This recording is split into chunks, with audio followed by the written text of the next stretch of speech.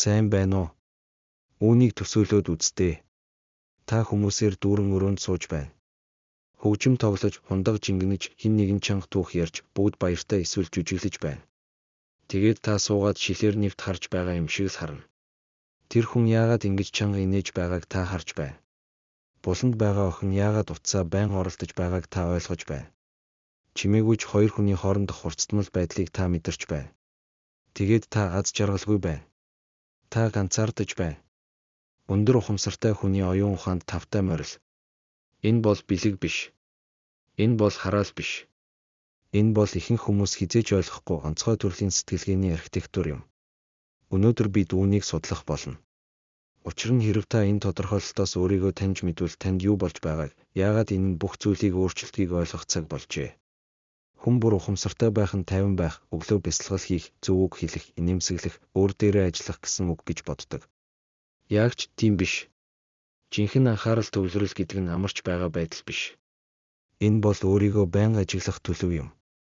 Бусдын үгний хооронд болдог чимээгүй байдлын жинхэнэ мөн чанар. Хүмүүс чангаар хэлдэггүй зүйлийг бүх биеэрээ мэдрэх. Сэтгэл судлал энэ үзэгдлийг эртнээс баримтжуулсан.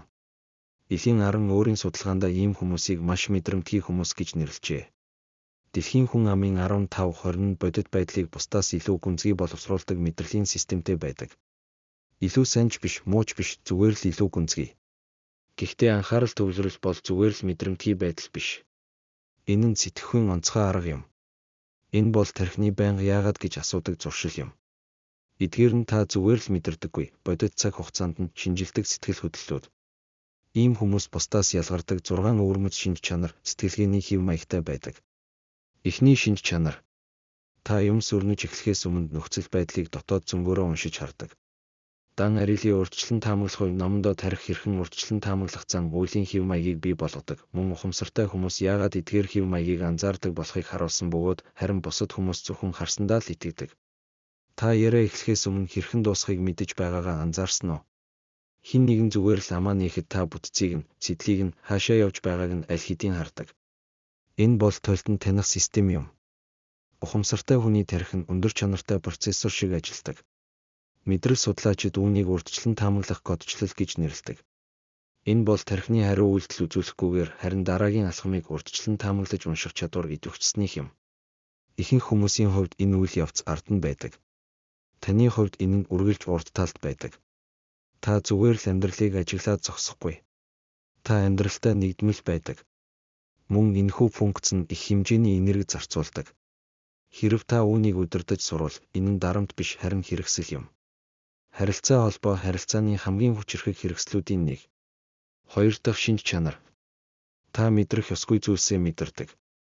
Элийн 10 маш мэдрэмтгий хүн номондоо мэдрэлийн системийн өндөр мэдрэмжийн үзэгдлийг системтэйгээр тодорхойлж, яагаад энэ нь согог биш, хувьслын давуу тал болохыг харуулсан анхны хүн юм. Та өрөөнд орж ирээд нэг ч үг хэлээгүйч орон зайн сэтэл санааг аль хэдийн мэдэрч байдаг. Агаар нь бүтцтэй юм шиг та түүнийг арьсан дээрээ мэдэрч байна. Хин нэгэн бүх зүйл зүгээр гэсэн ч та бие махбодын хувьд тавдахгүй байж болно. Учир нь таны тархи тэдний үг болон биеийн хэлний хооронд зөрчил байгааг ажиглагч ухамсар нь мэдэрнэ. Энэ бол сэтгэл хөдлөлийн хэд дамжуулалт, шүүлтүргүүгээр бусад хүмүүсийн сэтгэл хөдлөлийн дохойг хүлээн авах чадвар юм.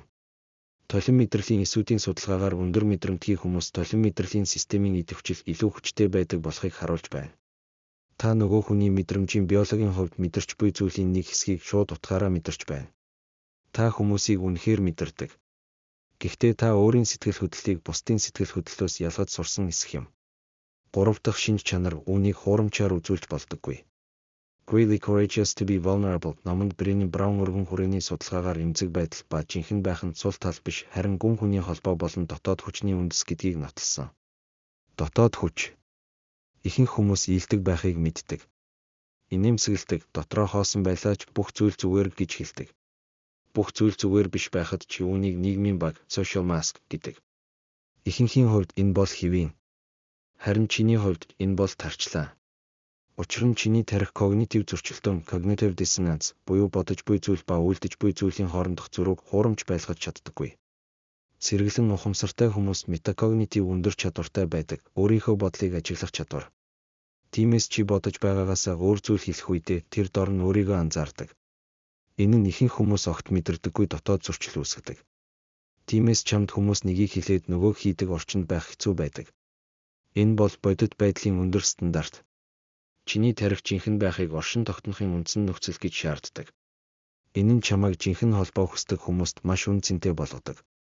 Дөрөвдөх шинж чанар, чи нэгэн зэрэг хэд хэдэн бодит байдалд амьдардаг.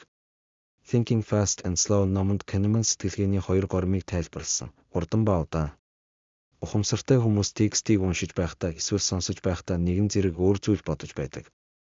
Анализ хийж, холбоос гаргаж, өмнөх дурсамжуудаа сэргээж, түүнээсээ ухаарал хайж байдаг. Үүнийг олон түвшний сэтгэлгээ гэдэг. Сэтгэл судлалд үүнийг divergent thinking буюу салангид чиглэлтэй сэтгэлгээ гэж нэрлэдэг. Нэгэн зэрэг хэд хэдэн ойлголтын урсгалыг барих чадвар.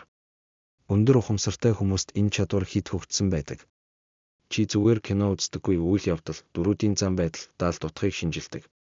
Чи зүгээр хүн сонсдоггүй, үг, аялга, төр зогсолтыг зэрэг анзаардаг. Энэ нь маш их оюуны нөөц шаарддаг.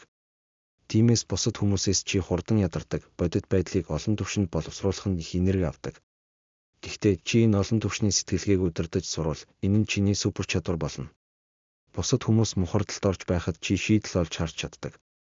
5 дахь шинж чанар, чи өнгөц зүйлд сэтгэл ханаж чаддаггүй. Man's Search for Meaning номонд Виктор Франкл утга учирыг эрэлхийлэх нь хүний үндсэн хэрэгцээ гэдгийг харуулсан. Ухамсартай хүмүүсийн хувьд энэ нь амьдрах хэв маяг болсон байдаг. Get the unseen stillness of stories in your inbox. Join Medium for free to get updates from this writer. Enter your email. Subscribe. Remember me for faster sign-in. Чи хизээ нэгэн цагт уулзалтад сууж байгаад өлсөх мэдрэмж авсан уу?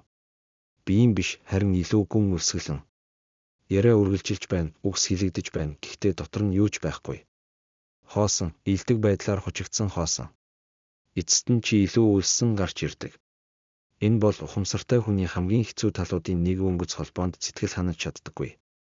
Чиний тарих зугаа цэнгэл нийгмийн зөвшөөрөл биш, утга учирыг хайдаг. Жинхэнэ холбоо. Үннийг хэлэх зоригтой хүмүүсийн хоорондын холбоо. Судалгаагаар өндөр ухамсартай хүмүүс цөөн боловч гүн холбоо үүсгэдэг гэжээ. Энэ нь онцгой төрлийн ганцаардал. Газар зүйн биш, оршихуй. Гарцсан гүнзгий байдалд үлссэн ижил хүмүүсийг олох. 6 дахь шинж чанар, чи өөрийн бодлын ачааг үүрдэг. The Mindful Brain номонд Daniel Siegel mindfulness буюу ухамсарт байдал тархины бүтцийг хэрхэн өөрчилдгийг тайлбарласан. Мөн хэд өөрийгөө ажиглах hyperreflexia, айдсын их үүсвэрээс өсөлтийн хэрэгсэл болохыг харуулсан. Энд хамгийн хүнд шинж чанар гарч ирнэ. Чи өөрийнхөө тухай байнга боддог. Үргэлж. Өөрийн үйлдэл, хариу үйлдэлийг шинжилнэ. Өнгөрсөн яриаг эргүүлэн бодож, юуг өөр хийж болох байсныг бодно. Ирээдүйн нөхцөл байдлыг урьдчилан төсөөлж, дахин давтна. Үүнийг hyperreflexia гэдэг. Нэг талаас энэ бол өсөлт. Чи алдаанаасаа хурдан суралцдаг. Өөрийгөө гүн ойлгодог. Нөгөө талаас энэ бол урх. Шинжилгээ нь өөрийгөө шүүмжлэх болж хувирна. Бодол нь түгшүүр болно. Ажиглалт нь саатал болно. Сүүлд мессеж илгээсний дараа чи нэг цаг зөв бичсэн үү гэж бодож байсан уу? Эсвэл яриагаа шүнжин дахин бодож байсан уу? Чи ухамсартай, гэхдээ давталтад гатсан. Мэдрэлийн шинжлэх ухаанд үүнийг default mode network-ээр тайлбарладаг. Энэ нь тарих гаднах ажилд анхаараагүй үед идэвхждэг сүлжээ. Өндөр ухамсартай хүмүүст энэ нь хит идэвхтэй байдаг. Тарих зүгээр амарч чаддаггүй. Үргэлж ямар нэгэн зүйл боловсруулж байдаг. Тиймээс яг л эндээс одоо цагтаа оршиж сурах нь тархины тайвшрал болж өгдөг.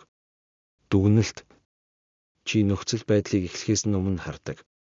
Чи бусдын анзаардаггүйг мэдэрдэг. Чи дүр эсгэж чаддаггүй. Чи олон түвшний бодит байдалд амьдардаг. Чи гүнзгий байдалд дуртай. Энэ бол өөрөөр ажилтдаг тархины зураглал. Олон хүн бодит байдлын гадаргуу дээр амьдардаг. Чи гүнд нь амьдардаг. Энэ нь ганцаардмал. Хэцүү. Гэхдээ бас ховор. Үн цэнтэй. Учир нь дэлхийд дүр эсгдэг хүмүүс хангалттай бий. Дэлхийд үннийг харж түүнээс айхгүй хүмүүс хэрэгтэй. Чи тэдний нэг.